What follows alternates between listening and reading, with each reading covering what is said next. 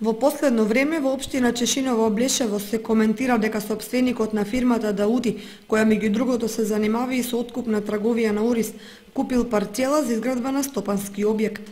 Се претпоставува дека покрај патот меѓу Чифлик и Облешево, бизнисменот ќе гради некаков откупен центар, а можеби и преработувачки. Но за бизнис релациите никој не коментира, бидејќи секоја инвестиција добродојдена и ќе ја засили конкурентноста. Во Чешиново Облешево, па и пошироко, се коментира дека заедно со фирмата овде најверојатно ќе дојдат и граѓани на Македонија од албанска националност, што ќе биде прв случај во историјата на оваа новоформирана и мала општина.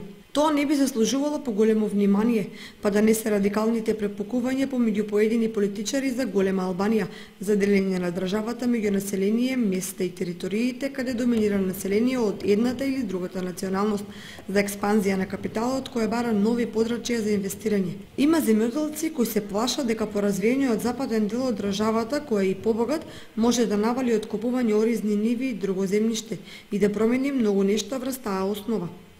Ако општините од регионот имаат стратегија, мора да настојуваат инвестициите кои доаѓаат да бидат насочени кон отворање капацитети за преработка на оризот и поголема финализација.